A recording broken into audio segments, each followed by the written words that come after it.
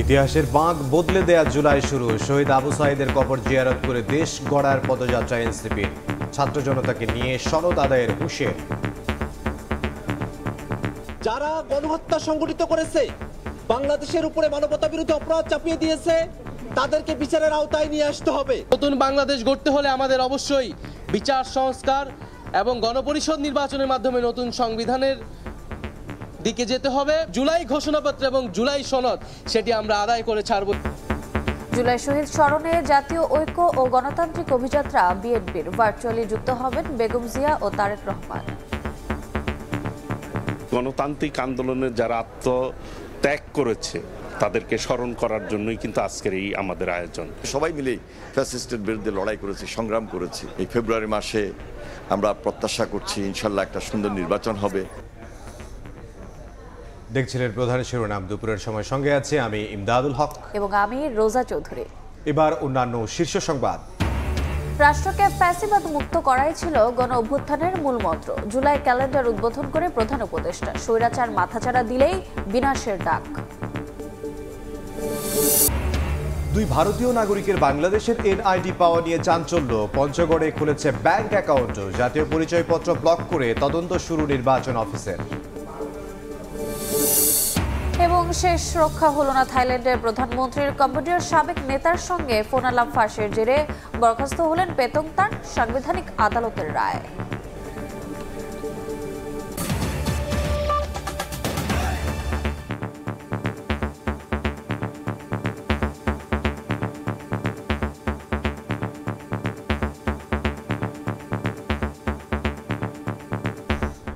শুরুতেই রক্তাক্ত জুলাই প্রসঙ্গ।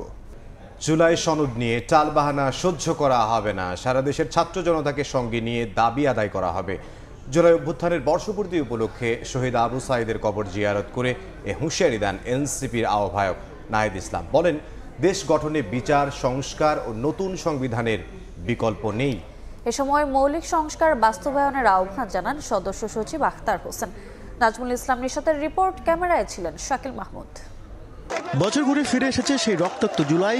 গণ অভ্যুত্থানের বর্ষপূর্তি উপলক্ষে কর্মসূচি হিসেবে রংপুরের পীরগঞ্জে মঙ্গলবার আবু সাঈদের কবর জিয়ারত করেন এনসিপির শীর্ষ নেতারা। পরে পরিবারের সদস্যদের সঙ্গে কুশল বিনিময় করেন তারা। এ সময় নতুন বাংলাদেশে সবার সমান অধিকার নিশ্চিত করার তাগিদ দেন আবু সাঈদের পরিবার। একজন বিপ্লবের আইকনিক শহীদ, যার আত্মত্যাগ যুগে যুগে মানুষকে অনুপ্রাণিত করবে অন্যায়ের বিরুদ্ধে লড়াই করার জন্য। জনগণের উন্নয়ন করবি, এই রকম একটা সরকার চাই যেন দেশ দশ সবাই শান্তিতে বসবাস করতে পারে। মৌলিক সংস্কার বাস্তবায়ন করে নতুন বাংলাদেশ গড়ে তোলার আহ্বান জানান এনসিপির সদস্য সচিব আখতার হোসেন। বলেন, সাম্য, ন্যায় বিচার ও ন্যায্যতা প্রতিষ্ঠিত না হওয়া পর্যন্ত তাদের আন্দোলন চলবে। যারা গণহত্যা সংগঠিত করেছে, বাংলাদেশের উপরে মানবতা বিরোধী অপরাধ চাপিয়ে দিয়েছে, তাদেরকে বিচারের আওতায় নিয়ে আসতে হবে। একই সাথে বাংলাদেশের পুরনো যে সংবিধান, এই মুজিববাদী সংবিধান ফেলে দিয়ে নতুন এক সংবিধান প্রণয়ন করতে গণপরিষদ নির্বাচনের আয়োজন করতে হবে। এনসিপির আহ্বায়ক নাহিদ ইসলাম বলেন, জুলাই অভ্যুত্থান কেবল সরকার পতনে সীমাবদ্ধ নয়, এটি ছিল নতুন বন্দোবস্তের আন্দোলন। বলেন, দেশ গঠনে বিচার সংস্কার ও নতুন সংবিধান রচনার বিকল্প নেই। জুলাই ঘোষণাপত্র নিয়ে টালবাহানা সহ্য করা হবে না। যে জুলাই ঘোষণাপত্র এবং জুলাই সনদ নিয়ে টালবাহানা শুরু হয়েছে, আমরা স্পষ্টভাবে আমরা হুঁশিয়ারি দিতে চাই, যদি সরকার বা অন্য কেউ মনে করে থাকে যে এই যে হাজারো লক্ষ মানুষ যারা রাজপথে নেমে এসেছিল তারা ঘরে ফিরে গিয়েছে, তাহলে আপনারা ভুল ভাবছেন। আমাদের যে জুলাই ঘোষণাপত্র এবং জুলাই সনদ সেটি আমরা আদায় করে ছাড়বো ইনশাআল্লাহ। অভ্যুত্থানের বর্ষপূর্তি উপলক্ষে মাসব্যাপী কর্মসূচি নিয়েছে এনসিপি। নাজমুল ইসলাম নিশাত, সময় সংবাদ, পীরগঞ্জ, রংপুর। রংপুরে শহীদ আবু সাঈদের কবর জিয়ারত শেষে গাইবান্ধা অভিমুখে যাচ্ছে জাতীয় নাগরিক পার্টির গাড়িবহর। এই সময় এনসিপির কেন্দ্রীয় নেতাকর্মীদের সঙ্গে ছিল স্থানীয় নেতাকর্মী ও সমর্থকরা। যাত্রাপথে গাড়ি থেকে নেমে বিভিন্ন গুরুত্বপূর্ণ পর্যায়ে কুশল বিনিময় করতে দেখা যায় এনসিপির নেতাদের। শহীদ মিনার ও রংপুরে পদযাত্রা শেষে সন্ধ্যায় জনসংযোগ করবে জাতীয় নাগরিক পার্টি। কাল কুড়িগ্রামে পথসভার মাধ্যমে শুরু হবে এনসিপির জুলাই মাস জুড়ে দ্বিতীয় দিনের কর্মসূচি। পদযাত্রা থেকে বিচার সংস্কার ও নতুন সংবিধানের দাবি জানান নেতারা।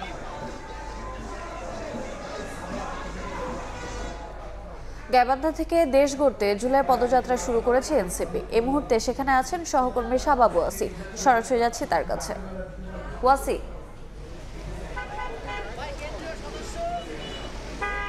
রংপুরের পীরগঞ্জে শহীদ আবু সাঈদের কবর জিয়ারত শেষে গাইবান্ধা কেন্দ্রীয় শহীদ মিনারের অভিমুখে যাত্রা করেছে জাতীয় নাগরিক পার্টির গাড়িবহর। আমরা এই মুহূর্তে দাঁড়িয়ে আছি জাতীয় নাগরিক পার্টির গাড়িবহরে। আপনারা দেখতে পাচ্ছেন আমার পেছনে জাতীয় নাগরিক পার্টির গাড়িবহর এবং সামনের দিকেও নেতাকর্মীরা আছেন ট্রাকে করে, তারা পিকআপ ভ্যান এবং গাড়িতে করে আসলে তারা গাইবান্ধা কেন্দ্রীয় শহীদ মিনারের অভিমুখে আমরা পদযাত্রা করতে সেখানে আসলে পথ দিয়েছেন নেতাকর্মীরা। সকালে রংপুরের পীরগঞ্জে শহীদ আবু সাঈদের কবর জিয়ারত শেষে নাহিদ ইসলাম তিনি আসলে কথা বলেছিলেন আমাদের সঙ্গে এবং তিনি বলেছেন এই যে মাসব্যাপী কর্মসূচি, এনসিপির যে মাসব্যাপী যে জুলাই বর্ষপূর্তি উপলক্ষে যে কর্মসূচি, সেই কর্মসূচির মাধ্যমে তারা দেশের প্রান্তিক পর্যায়ে প্রতিটি মানুষের কাছে তারা পৌঁছাতে চান জাতীয় নাগরিক পার্টির যেই আদর্শ, যেই লক্ষ্যে তারা কাজ করে যাচ্ছেন, সেই লক্ষ্য সেটি মানুষের কাছে পৌঁছে দিতে চান, মানুষের কথা শুনতে চান এবং তাদের কথাগুলো মানুষের কাছে পৌঁছে দিতে চান। একই সঙ্গে তিনি জানিয়েছেন যে এই কর্মসূচির মাধ্যমে বিচার, সংস্কার এবং নতুন রাজনৈতিক বন্দোবস্তের যেই লক্ষ্য, যে গণ অভ্যুত্থানের যে আকাঙ্ক্ষা, সেটি বাস্তবায়নের জন্য তারা কাজ করে যাবেন। আমরা এই মুহূর্তে একটু আগেই কিন্তু গাইবান্ধায় এক জায়গায় থেমে আমরা আসলে দেখতে পেয়েছি যে নেতাকর্মীরা কুশল বিনিময় করছেন। এখানে যারা স্থানীয় লোকজন ছিলেন তাদের মধ্যে ব্যাপক উৎসাহ ছিল, তারা তাদের সঙ্গে হাত মিলিয়েছেন, কথা বলছেন এবং এখানে দাঁড়িয়ে আক্তার হোসেন সদস্য সচিব তিনি বলেছেন যে গাইবান্ধা জেলাটি কিন্তু কিছুটা অবহেলিত তিনি বলেছেন এবং এই জাতীয় নাগরিক পার্টি চায় যে দেশের প্রতিটি জেলায় যাতে উন্নত হয় এবং সেই লক্ষ্যে জাতীয় নাগরিক পার্টি কাজ করে যাবে। এবং আজকের এই কর্মসূচি এখান থেকে গাইবান্ধা শহীদ মিনারে যে সেখান থেকে পদযাত্রার পরে আবারও রংপুরে পদযাত্রা, তারপরে কিন্তু সন্ধ্যায় রংপুরে একটি গণসংযোগ করার পরিকল্পনা রয়েছে জাতীয় নাগরিক পার্টির নেতাকর্মীদের। তো এই ছিল আমার কাছে জাতীয় নাগরিক পার্টির গাড়িবহর থেকে সর্বশেষ। সরাসরি যুক্ত ছিলাম গাইবান্ধায়। জুলাইয়ের প্রথম দিনে নতুন কমিটির আত্মপ্রকাশ হলো অভ্যুত্থানের নেতৃত্ব দেয়া বৈষম্য বিরোধী ছাত্র আন্দোলনের। দুপুরে কেন্দ্রীয় শহীদ মিনারে নতুন কমিটি ঘোষণা করে ইশতেহার পাঠ তুলে ধরেন সংগঠনের সভাপতি রিফাত রশিদ। সংস্কারের আগে নির্বাচন করতে চাইলে প্রতিহতের হুঁশিয়ারি দেন নেতারা। বৈষম্য বিরোধী ছাত্র আন্দোলনের ব্যানারে শুরু হয়েছিল কোটা বিরোধী আন্দোলন। পুরো জুলাই মাস জুড়ে আগুনের ফুলকির মতো ছড়িয়ে পড়ে আন্দোলন। ছাত্র জনতার আন্দোলনের মুখে সরকার পতনের মধ্য দিয়ে শুরু হয় নতুন বাংলাদেশের যাত্রা।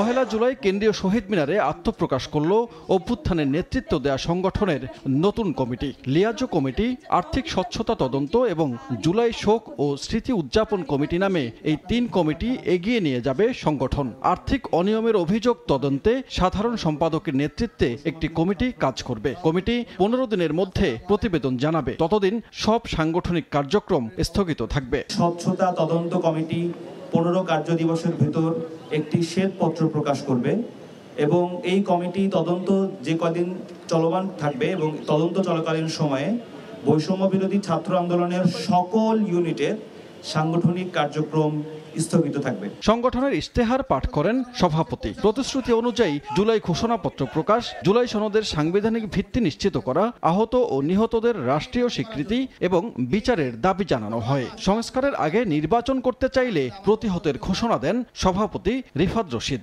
24-এর গণ অভ্যুত্থানকে 90 যে আমরা দেখেছিলাম, গণ অভ্যুত্থানকে ব্যর্থ করার জন্য রাজনৈতিক দলগুলো বিভিন্ন ধরনের নীতিমালা দাবি দেওয়া উত্থাপন করে পরবর্তী সংসদে সেটিকে আসলে হাওয়ায় মিলিয়ে দিয়েছিল, উড়িয়ে দিয়েছিল, ধ্বংস করে দিয়েছিল।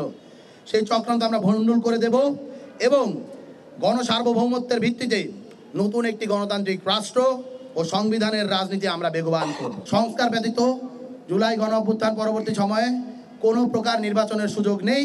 যদি কেউ নির্বাচন করতে চায়, বাংলাদেশের ছাত্র জনতার রক্তের সাথে তারা বেইমানি করবে এবং আমরা সেটি প্রতিরোধের ঘোষণা দিচ্ছি। বৈষম্য বিরোধী আন্দোলনের খসড়া কমিটি পরে পূর্ণাঙ্গ কমিটিতে রূপ দিয়ে কার্যক্রম চালানো হবে বলে জানানো হয়। আসলে যারা ন্যায্যতা দিচ্ছেন তারা সানবীর রূপল, সময় সংবাদ, ঢাকা। রাষ্ট্রকে ফ্যাসিবাদ মুক্ত করাই ছিল গণ অভ্যুত্থানের মূল মন্ত্র। জুলাই ক্যালেন্ডার উদ্বোধন করে কথা জানিয়েছেন প্রধান উপদেষ্টা ডক্টর মোহাম্মদ ইউনূস।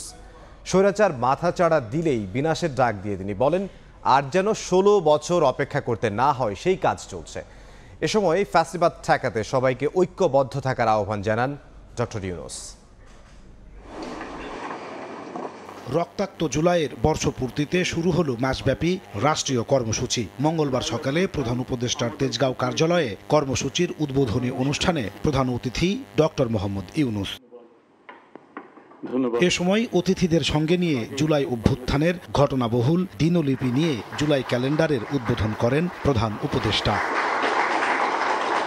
পরে জাতীয় বিশ্ববিদ্যালয়ের 3 শিক্ষার্থীর হাতে শিক্ষাবৃত্তি তুলে দেন ডক্টর ইউনূস। জুলাই অভ্যুত্থানের ঘটনাবলী নিয়ে প্রদর্শন করা হয় প্রামাণ্যচিত্র। পুলিশ কোথায় আছে অবস্থানটা দেখার জন্য আমি আসলে প্রধান অতিথির বক্তব্যের শুরুতে জুলাই শহীদদের গভীর শ্রদ্ধা ভরে স্মরণ করেন ডক্টর ইউনূস। বলেন, জুলাই আন্দোলনের মূল মন্ত্রই ছিল ফ্যাসিবাদের বিলোপ করে নতুন বাংলাদেশ বিনির্মাণ। জুলাই ছিল দেশের গণতন্ত্র পুনরুদ্ধারের লড়াই এক অমোঘ ডাক, এক জনতার জাগরণ। সেই আন্দোলনের মর্মবাণী ছিল ফ্যাসিবাদের বিলোপ করে নতুন বাংলাদেশ বিনির্মাণ, রাষ্ট্রকে জনগণের হাতে ফিরিয়ে দেওয়া। আমরা প্রতি বছর এই সময়কালটা উদযাপন করব, যাতে পরবর্তীতে 16 বছর আমাদের অপেক্ষা করতে না হয় আবার এই অভ্যুত্থান করার জন্য। আমরা প্রতি বছর এটা করব, যাতে কোনো স্বৈরাচারের কোনো চিহ্ন দেখা গেলে সেটা তাৎক্ষণিকভাবে আমরা বিনাশ করতে পারি। দেশের মাটিতে আর কখনো যেন স্বৈরাচারী মাথা চাড়া দিয়ে উঠতে না পারে, সেজন্য জুলাইয়ের মতো ঐক্যবদ্ধ থাকার আহ্বান জানান প্রধান উপদেষ্টা। রক্তের বিনিময়ে পাওয়া দেশ গড়ার এই সুযোগ যেন হারিয়ে না যায়, সেজন্য জনগণকে সচেতন থাকার পাশাপাশি ফ্যাসিবাদের চিহ্ন দেখা মাত্রই তা বিনাশের আহ্বান জানান ডক্টর ইউনূস। এই অনুষ্ঠানমালার মাধ্যমে জুলাই আগস্ট মাস জুড়ে আমরা গত বছরের প্রতিটি দিনকে আবার পুনর্জীবিত করব, যে লক্ষ্যে আমাদের তরুণ ছাত্ররা, জনতা, রিক্সা চালক, শ্রমিক, কিশোররা শহীদ হয়েছিল, আহত হয়েছিল, সেই লক্ষ্য বাস্তবায়নে আমরা আবার নতুন করে শপথ নেব এই অনুষ্ঠানমালার মাধ্যমে, এবং সেটা আমরা প্রতি বছর করব, যাতে স্বৈরাচার আবার কোনো রকমের কোথাও মাথাচাড়া দিতে না পারে। পরে জুলাই গণ অভ্যুত্থানের স্মরণে মাসব্যাপী কর্মসূচির উদ্বোধন করেন প্রধান উপদেষ্টা ডক্টর মোহাম্মদ ইউনূস। জুলাই গণ অভ্যুত্থান পুনরুত্থান কর্মসূচির উদ্বোধন ঘোষণা করছি। নাজমুস তালেহী, সময় সংবাদ, ঢাকা।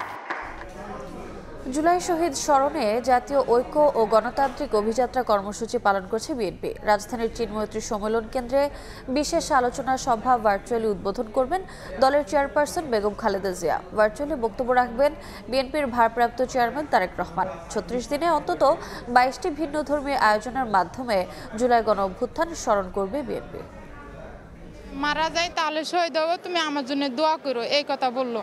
বললে আমার হাত সরাই দিয়ে উনি ঘর থেকে বের হয়ে আইলো। আসার 10-15 মিনিট পরেই শুনি যে আমার স্বামী গুলি খাইছে। আমি ঢাকার দিকে রওনা দিলাম, আসবো, কিন্তু আসতে পারি নাই। আমার গাড়ি যদি 5 মিনিট চলছে, 10 মিনিট চলছে, আওয়ামী লীগের লোকগুলা ওরা মনে করেন 1 ঘন্টা আধা ঘন্টা করে গাড়ি খাড়া করে দিয়ে দিচ্ছে। স্বজন হারানোর বেদনার সঙ্গে আর্থিক টানাপোড়েন, সন্তান আর তার ভবিষ্যতের চিন্তা তাড়িয়ে বেরিয়েছে সবসময়। আমার স্বামী যারা এরকম ভাবে হত্যা করছে, মারছে, এটার জানি সঠিক বিচার করে।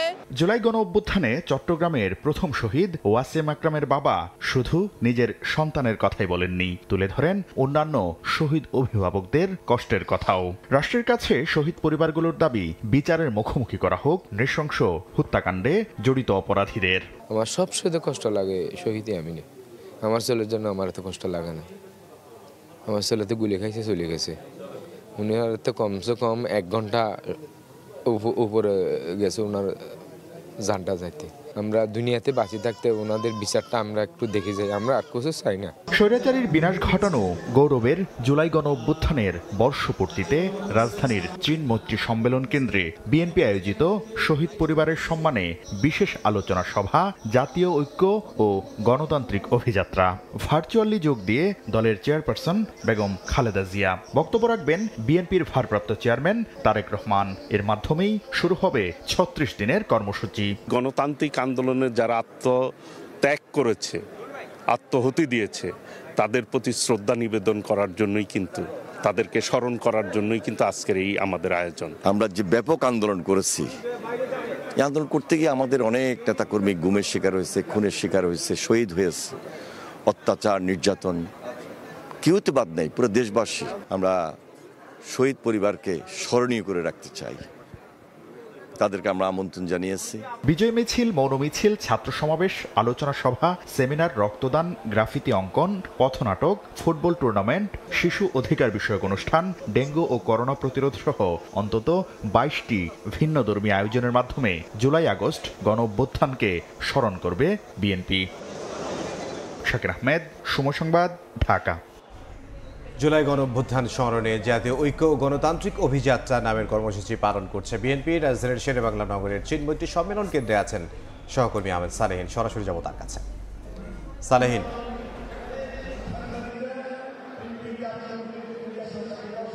এক বছর পূর্তিতে যাচ্ছে জুলাই আগস্ট গণ অভ্যুত্থানের, আর এই উপলক্ষে জুলাই আগস্ট গণ অভ্যুত্থান ২০২৪-এর শোক ও বিজয়ের বর্ষপূর্তি উদযাপন উপলক্ষে আজকে চীন মৈত্রী সম্মেলন কেন্দ্রে আয়োজন করেছে বিএনপি জাতীয় ঐক্য গণতান্ত্রিক অভিযাত্রা শীর্ষক আলোচনা সভা ও শহীদ পরিবারের সম্মানে বিশেষ অনুষ্ঠান। অর্থাৎ আপনারা যাদেরকে দেখতে পাচ্ছেন তারা কিন্তু জুলাই গণ অভ্যুত্থানে নিহত যারা হয়েছেন সেই সব সদস্যের পরিবাররাই কিন্তু আজকে এইখানে এই চীন মৈত্রী সম্মেলন কেন্দ্রে এসেছেন বিএনপির আমন্ত্রণে, এবং তাদেরকে সম্মাননা দেওয়া হবে। এবং একই সঙ্গে এখানে আলোচনা সভার আয়োজন করেছে বিএনপি।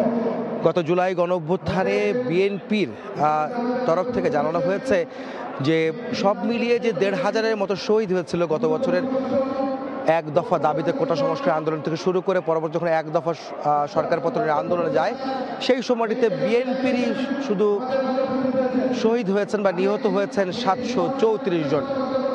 বিএনপি এবং অঙ্গ সহযোগী সংগঠন সমর্থক সব মিলিয়ে ৭৩৪ জন শহীদ হয়েছেন। তাদেরই পরিবার কিন্তু মূলত আজকে, সেই শহীদদের পরিবারে কিন্তু আজকে এই অনুষ্ঠানে এসেছেন।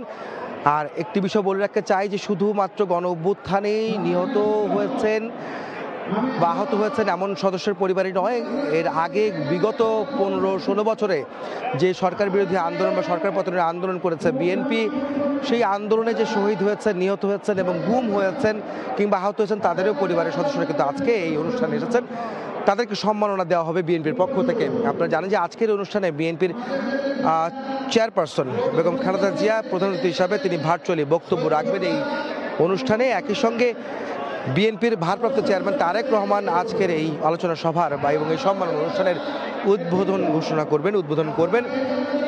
আর এখানে স্থায়ী কমিটির সদস্য থাকবেন বিএনপির সঙ্গে উপদেষ্টা মণ্ডলীর সদস্য, একই সঙ্গে ভাইস চেয়ারম্যান, যুগ্ম মহাসচিব, কেন্দ্রীয় নেতৃবৃন্দের কার্যনির্বাহী সদস্য সবাই কিন্তু মোটামুটি এখানে আসছেন। বিকাল ৩টায় সমাবেশ শুরু হওয়ার কথা রয়েছে, কিন্তু ইতিমধ্যেই নেতাকর্মী কিন্তু হল রুমেই তারা চলে এসেছেন এবং তাদেরকে সম্মাননা যে দেওয়ার বিষয়টি শহীদের পরিবারদের, আহতদের পরিবারদের সম্মাননা দেওয়ার জন্য কিন্তু আজকের এই কর্মসূচি ঘোষণা করেছে। এবং আজকে থেকে শুরু হয়েছে মূলত জুলাই গণ অভ্যুত্থানের যে মাসব্যাপী যে কর্মসূচি তা কিন্তু আজকে উদ্বোধন হচ্ছে এবং আজকে শুরু হচ্ছে ৩৬ দিন ব্যাপী বিএনপি, অর্থাৎ গণ অভ্যুত্থানের ৩৬ জুলাই পর্যন্ত যে কর্মসূচি ছিল সেটি তারা পালন করবে। প্রতিদিনই কোনো না কোনো কর্মসূচি তারা পালন করবে, যেটি গতকাল রাতে শহীদ মিনারে ছাত্রদলের একটি মোমবাতি প্রজ্বলনের মাধ্যমে শহীদদেরকে স্মরণ করে যে কর্মসূচি পালন করেছে তারই ধারাবাহিকতা আজকে কিন্তু এই কর্মসূচিটি পালন হচ্ছে। তো এই ছিল আমার কাছে রাজধানীর চীন মৈত্রী সম্মেলন কেন্দ্র থেকে বিএনপির যে আলোচনা সভা এবং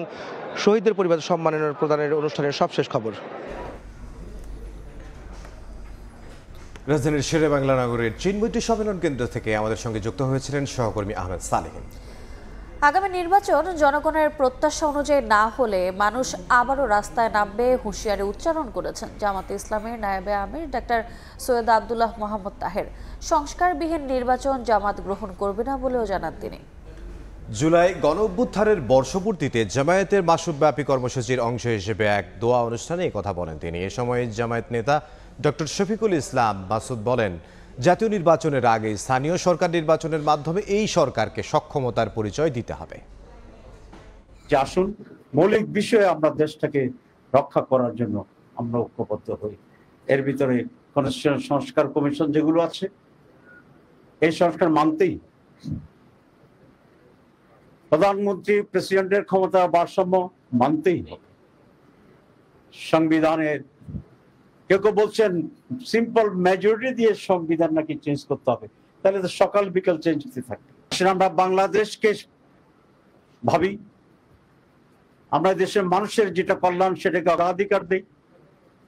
বাংলাদেশ যদি টিকে যায়, গণতন্ত্র টিকে যায়, স্বৈরাচারী মনোভাব পরিহার করে যদি আমরা একটি মুক্ত বাংলাদেশ করতে পারি, তাহলে সকলের জন্য এখানে কল্যাণ হবে। জুলাই অভ্যুত্থানে শহীদদের আত্মার মাগফিরাত ও আহতদের সুস্থতা কামনায় জাতীয় মসজিদ বায়তুল মোকাররমে বিশেষ দোয়া ও মোনাজাত অনুষ্ঠিত হয়েছে। বাদজোহর ইসলামিক ফাউন্ডেশনের উদ্যোগে এ দোয়া মাহফিল অনুষ্ঠিত হয়। ঐতিহাসিক জুলাই গণ অভ্যুত্থানে শহীদ হওয়া ছাত্র জনতাকে স্মরণ করে তাদের আত্মার মাগফিরাত কামনায় দেশব্যাপী প্রার্থনা আয়োজনের ঘোষণা দিয়েছিল ধর্ম মন্ত্রণালয়। তারই অংশ হিসেবে বায়তুল মোকাররম সহ সারা দেশের মসজিদে নামাজ দোয়ায় অংশ নেন মুসল্লিরা। জুলাই আন্দোলন দমনে সারা দেশে 3,05,311 রাউন্ড গুলি ছোড়ে আইন শৃঙ্খলা রক্ষা বাহিনী। এর মধ্যে শুধু ঢাকায় ছোড়া হয় 95,313 রাউন্ড তাজা বুলেট।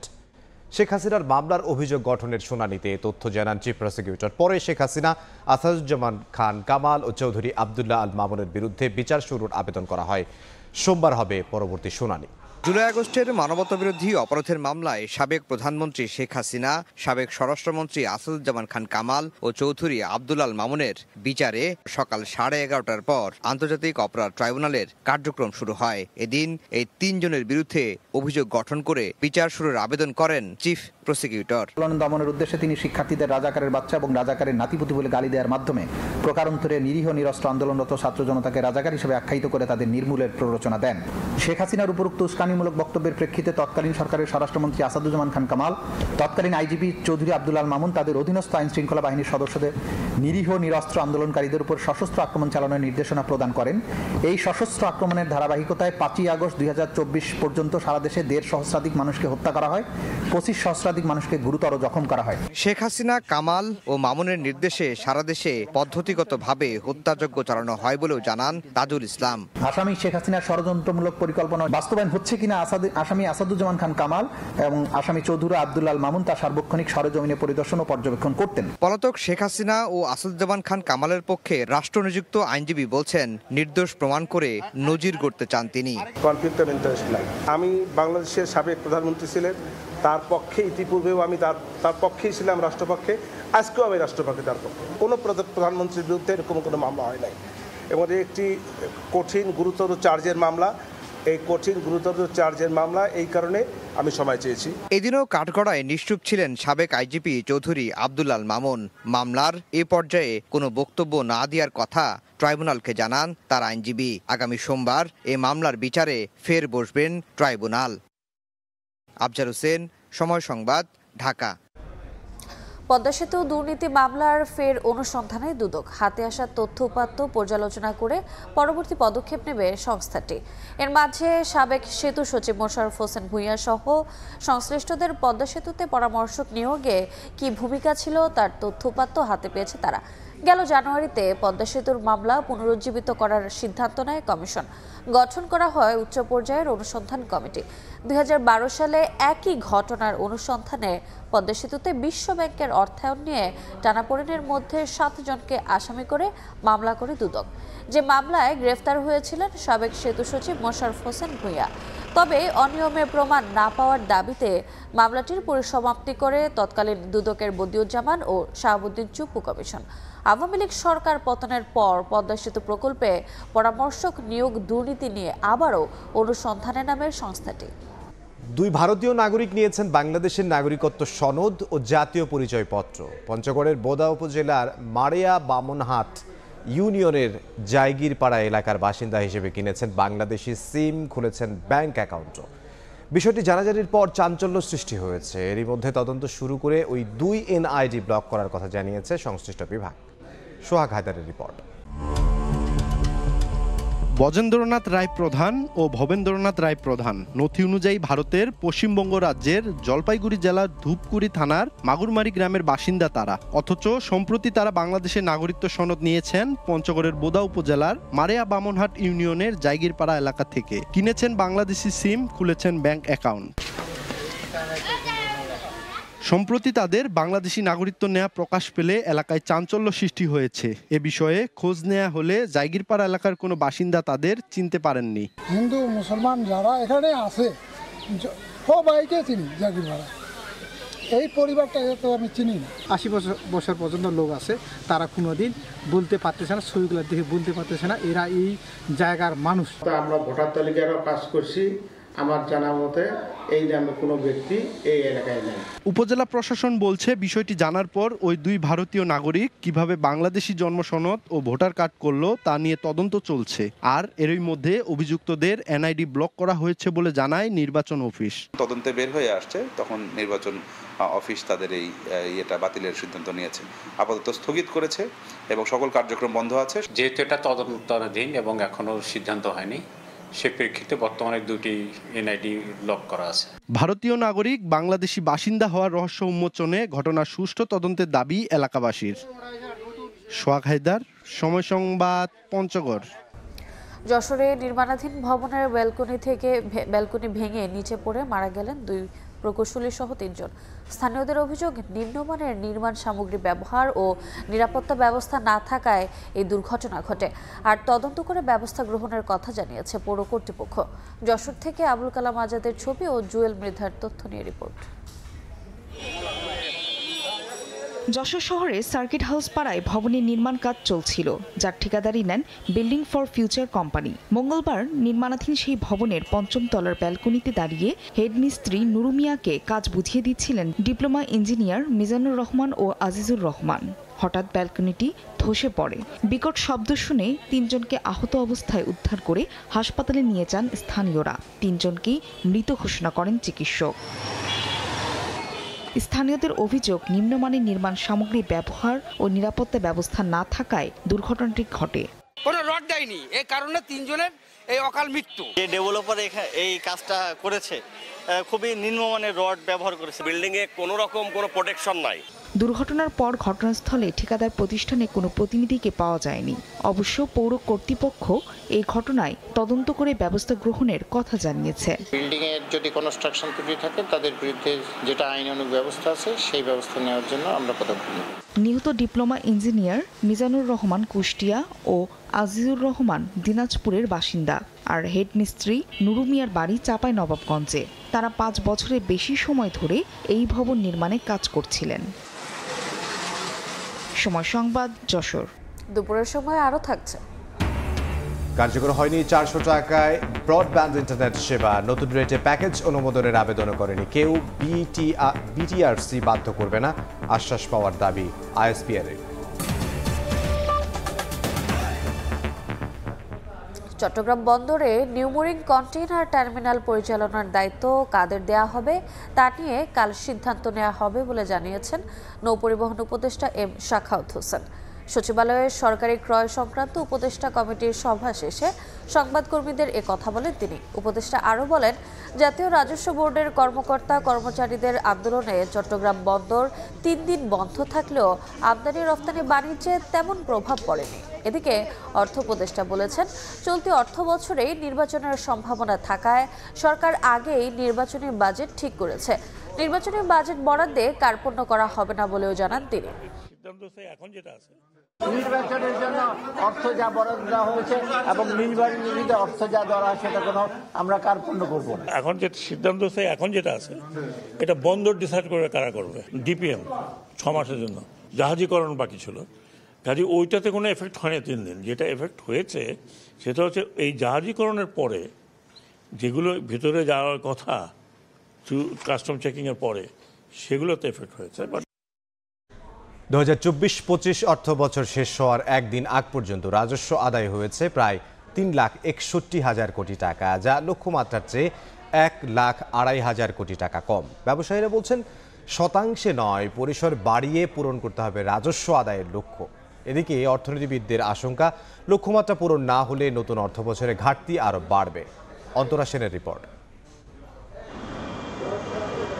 রাষ্ট্র পরিচালনার অন্যতম চালিকা শক্তি অর্থ, যার যোগান দিয়ে থাকে জাতীয় রাজস্ব বোর্ড। সদ্য বিদায়ী অর্থ বছরে সংস্থাটির রাজস্ব আদায়ের লক্ষ্য ছিল 4,80,000 কোটি টাকা। অর্থ বছরের মাঝপথে এসে লক্ষ্যমাত্রা কমিয়ে করা হয় 4,63,500 কোটি টাকা। কিন্তু বছরের একদিন বাকি রেখে প্রতিষ্ঠানটির হিসাব বলছে আদায় হয়েছে 3,60,922 কোটি টাকা, যা সংশোধিত লক্ষ্যমাত্রার চেয়ে 1,02,578 কোটি টাকা এবং 2023-24 অর্থ বছরে আদায় হওয়া রাজস্বের চেয়ে 5.68% কম। 3,60,922 কোটি টাকা। নেতিবাচক প্রভাবের কারণ হিসেবে অনেকেই বলছেন জাতীয় স্বার্থকে সমুন্নত রেখে যেখানে রাজস্ব আদায়ে জোর দিতে হতো কর্মকর্তাদের, সেখানে সরকার ও নিজেদের মধ্যে মতপার্থক্য তৈরি করে সৃষ্টি করা হয় অচল অবস্থা, যার প্রভাব পড়েছে অর্থ বছরের শেষ সময়ে। এমন প্রেক্ষাপটে ব্যবসায়ীরা মনে করেন করের হার না বাড়িয়ে বাড়াতে হবে পরিসর। বর্তমানে যারা ভ্যাট আর ট্যাক্স দিচ্ছে এরকম সংখ্যা যদি করি আমার মনে হয় 50টা হবে না। করের আওতা বাড়াইতে হবে, এটা হলো মূল লক্ষ্য। আওতা যদি না বাড়াইতে পারেন তাহলে এটা কোনো গভর্নমেন্ট আসলে এটা সম্ভব পারে না, অতীতেও পারে না আর সামনেও পারবে না। এদিকে রাজস্ব আদায়ের ঘাটতির প্রভাব পড়বে আর্থিক খাতে, এমনটি জানিয়ে বিশেষজ্ঞরা বলছেন লক্ষ্যমাত্রা পূরণে ব্যর্থ হলে সংকট আরো বাড়বে নতুন অর্থ বছরে। এই বছর তো আসলে একটা চরম একটা উচ্চায়ের মধ্যে দিয়ে সরকারকে পার করতে হয়েছে।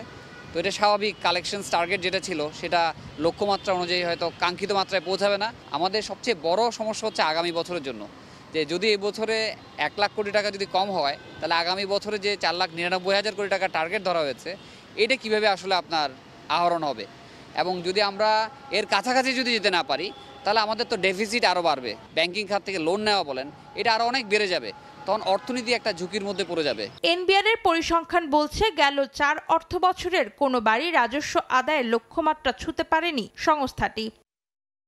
অন্তরা সেন, সময় সংবাদ, ঢাকা। 57 বছরের ইতিহাস ভেঙে সর্বোচ্চ জ্বালানি তেল পরিশোধন করল দেশের একমাত্র রাষ্ট্রায়ত্ত জ্বালানি তেল শোধনাগার ইস্টার্ন রিফাইনারি। অতীতের সব রেকর্ড ভেঙে সদ্য সমাপ্ত অর্থ বছরে প্রতিষ্ঠানটি 15,35,000 মেট্রিক টন জ্বালানি তেল পরিশোধন করেছে। এই সফলতা দেশের জ্বালানি নিরাপত্তা নিশ্চিতে গুরুত্বপূর্ণ মাইলফলক বলছেন সংশ্লিষ্টরা। আশরাফুল আলম মামুনের ক্যামেরায় বিস্তারিত জানাচ্ছেন Ferdous Lipi. 15 lakh metric ton crude oil পরিশোধনের সক্ষমতা নিয়ে পূর্ব পাকিস্তানের জ্বালানি তেলের চাহিদা মেটাতে তৎকালীন সরকার 1963 সালে ইস্টার্ন রিফাইনারি নির্মাণের উদ্যোগ নেয়, যেটি বাণিজ্যিক উৎপাদনে যায় 1968 সালে। এখনও প্রতিষ্ঠানটি দেশের একমাত্র রাষ্ট্রায়ত্ত জ্বালানি তেল পরিশোধনাগার। প্রতিষ্ঠা 57 বছরে শোধনাগারটি বিভিন্ন বছরে উৎপাদনের সক্ষমতা ধারের কাছে, আবার কখনো কখনো কম উৎপাদন করে আসছিল। এবারই অতীতের সব রেকর্ড ভেঙে অর্থ বছরের শেষে এসে 15,35,000 মেট্রিক টন জ্বালানি তেল পরিশোধন করেছে। যারা রাত দিন পরিশ্রম করে এই পুরনো একটি প্রতিষ্ঠানকে সচল রেখেছে, সর্বোচ্চ সক্ষমতায় প্রসেসিং করতে পেরেছে। 15,35,000 মেট্রিক টন ক্রুড প্রসেস করেছে, যেটি আসলেই আমরা বলবো যে আমাদের একটা বিস্ময়কর ব্যাপার।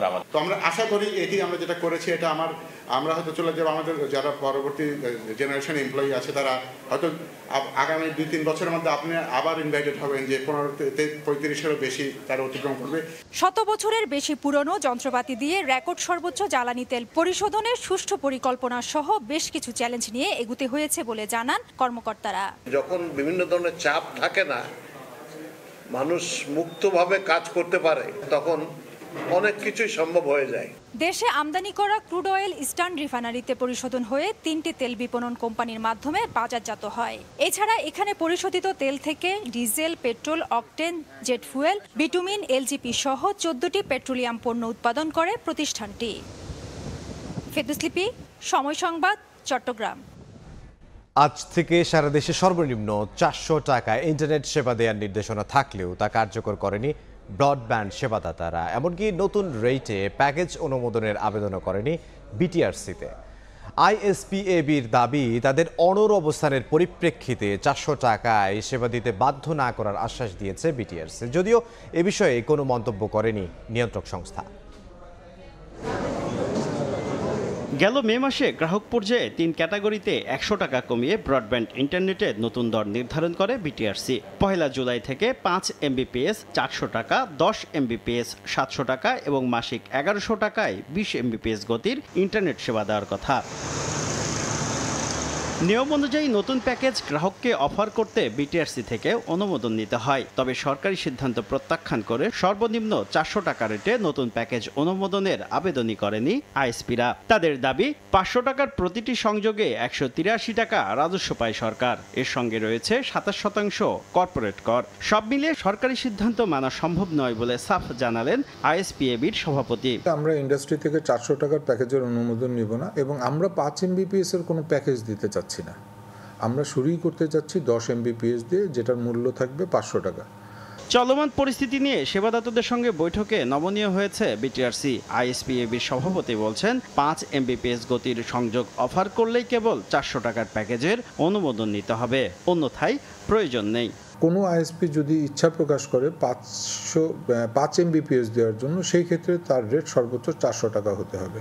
তবে আমরা আবারও রিপিট করছি যে বিটিআরসিতে অনুমোদন নিব 10 এমবিপিএস 500 টাকা, সেই আকারেই ব্যান্ডউইথ প্রোভাইড করা হবে। আমাদের একটাই চাওয়া, সেটা হচ্ছে 400 টাকার প্যাকেজের বাধ্যবাধকতা যেন না থাকে। এসব বিষয়ে যোগাযোগ করা হলেও এখনও আনুষ্ঠানিক প্রতিক্রিয়া জানায়নি বিটিআরসি। শুভ খান, সময় সংবাদ, ঢাকা। আমদানি করা প্রসাধনী সামগ্রীর ওপর থেকে অতিরিক্ত শুল্ক প্রত্যাহার না করলে আগামী 7 জুলাই এনবিআর ঘেরাওয়ের হুঁশিয়ারি দিয়েছে কসমেটিক্স ও টয়লেট্রিজ আমদানিকারকরা। সকালে জাতীয় প্রেস ক্লাবের সামনে নতুন বাজেটে প্রসাধনী সামগ্রীর ওপর 150% পর্যন্ত শুল্ক বৃদ্ধির প্রতিবাদে আয়োজিত মানববন্ধনে ব্যবসায়ীরা বলেন, আন্তর্জাতিক বাজারে lip care, face cream, powder সহ বিভিন্ন প্রসাধনী সামগ্রীর দাম কমলেও শুল্ক বৃদ্ধির কারণে দেশের বাজারে বেড়েছে দাম। এতে বাজারে বাড়ছে অবৈধ পথে আসা প্রসাধনীর সরবরাহ। এতে হাজার হাজার কোটি টাকার রাজস্ব হারানোর শঙ্কায়ও রয়েছেন ব্যবসায়ীরা। কোনোদিন কোনো পণ্য বন্ধ হয় না, পণ্য চোরাই পথে অথবা লাগেইছে অথবা ব্যাগেইছে, বিভিন্নভাবে এই পণ্য চলে আসে। এই অস্বাভাবিক শুল্ক মূল্য বৃদ্ধির যাতে কমিয়ে এনে ব্যবসা বান্ধব করা হয় এবং যাতে কোনোভাবে দেশের একটি বৈদেশিক মুদ্রা পাচার হতে না পারে, সেই ব্যবস্থা করার জন্য আমরা মাননীয় প্রধানমন্ত্রীর উপদেষ্টার প্রতি উদাত্ত আহ্বান জানাচ্ছি। আগামী 48 ঘন্টার মধ্যে যদি এনবিআর আমাদের সাথে বসে এই সমস্যার সমাধান না করে, তাহলে আমরা আগামী সোমবার আমরা এনবিআর ঘেরাও করব। দেশের বাইরের খবর, শেষ রক্ষা হলো না থাইল্যান্ডের প্রধানমন্ত্রী পেতুংতার্ন সিনাওয়াত্রার। কম্বোডিয়ার সাবেক নেতার সঙ্গে ফোন আলাপে সীমান্ত ইস্যুতে সেনা কমান্ডারের সমালোচনা করায় তাকে বরখাস্ত করা হয়েছে। মঙ্গলবার এই রায় দিয়েছেন দেশটির সাংবিধানিক আদালত। বিরোধীদের অভিযোগ, দেশের স্বার্থের চেয়ে ব্যক্তিগত সম্পর্ককে গুরুত্ব দিয়েছেন পেতুংতার্ন। ফোনে আঙ্কেল বলে সম্বোধন করেছিলেন কম্বোডিয়ার সাবেক প্রধানমন্ত্রী হুন সেনকে, আর সেটি কাল হয়ে দাঁড়ালো থাইল্যান্ডের 38 বছর বয়সী প্রধানমন্ত্রী পেতুংতার্ন সিনাওয়াত্রার জন্য। ফাঁস হওয়া একটি ফোনালাপে তাকে সীমান্ত উত্তেজনার বিষয়ে কম্বোডিয়ার নেতার সঙ্গে আলোচনার সময় নিজের দেশের এক শীর্ষ সামরিক কর্মকর্তাকে সমালোচনা করতে শোনা যায়। প্রধানমন্ত্রীর এমন আচরণে থাইল্যান্ডের জনগণের মধ্যে তীব্র ক্ষোভ তৈরি হয়। তার পদত্যাগের দাবিতে ব্যাংককের রাজপথে নামেন হাজার হাজার মানুষ। 7-2 ভোটে থাইল্যান্ডের সাংবিধানিক আদালত তাকে সাময়িক বরখাস্ত করে। তাকে 15 দিনের মধ্যে নিজের পক্ষে যুক্তি উপস্থাপন করতে বলা হয়েছে। এই সিদ্ধান্তের পর তার স্থলে এখন থেকে ভারপ্রাপ্ত প্রধানমন্ত্রী হিসেবে দায়িত্ব পালন করবেন উপপ্রধানমন্ত্রী। এই বরখাস্ত থাই রাজনীতিতে সিনাওয়াত্রা পরিবারের জন্য নতুন ধাক্কা। পেতুংতার্নের আগে তার চাচি ইংলাক ও বাবা থাকসিনও একইভাবে ক্ষমতা হারান। থাইল্যান্ডের রাজনীতিতে প্রভাবশালী এই পরিবার দীর্ঘদিন ধরে সামরিক বাহিনী ও রক্ষণশীল গোষ্ঠীর সঙ্গে দ্বন্দ্বে রয়েছে। মাত্র 10 মাস আগে প্রধানমন্ত্রী হিসেবে শপথ নেওয়া পেতুংতার্ন ছিলেন দেশের ইতিহাসে কনিষ্ঠতম ও দ্বিতীয় নারী প্রধানমন্ত্রী। সম্প্রতি এক জরিপে তার জনপ্রিয়তা নেমে আসে মাত্র 9.2%, যেখানে মার্চ মাসেও তা ছিল 30%-এর উপরে। ক্ষমতাসীন জোট থেকে একটি বড় দল সরে যাওয়ার পর সরকার সংখ্যাগরিষ্ঠতা হারাতে বসেছে। এদিকে প্রধানমন্ত্রী বরখাস্তের একই দিনে আদালতে হাজির হয়েছেন তার বাবা, সাবেক প্রধানমন্ত্রী থাকসিন সিনাওয়াত্রা। দক্ষিণ কোরিয়ার এক সংবাদ মাধ্যমে রাজতন্ত্র নিয়ে মন্তব্য করার অভিযোগে তার বিরুদ্ধে চলছে আইনি প্রক্রিয়া। দেশে ফেরার পর থেকে তিনি রক্ষণশীলদের সঙ্গে সমঝোতায় থাকলেও পুরানো মামলাগুলো আবার সামনে আসছে। মালিহা সুহরওয়ার্দী, সময় সংবাদ। এ পর্যায়ে শীর্ষ সংবাদগুলো জানিয়ে দিচ্ছে আরও একবার। ইতিহাসের বাঁক বদলে দেয়া জুলাই শুরু, শহীদ আবু সাঈদের কবর জিয়ারত করে দেশ গড়ার পদযাত্রা। এনসিপির ছাত্র জনতাকে নিয়ে সনদ আদায়ের হুঁশিয়ারি। রাষ্ট্রকে ফ্যাসিবাদ মুক্ত করাই ছিল গণ অভ্যুত্থানের মূল মন্ত্র।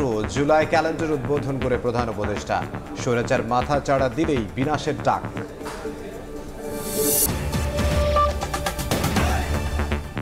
এ ছিল দুপুরের সময়। সঙ্গে থাকুন সময়ের।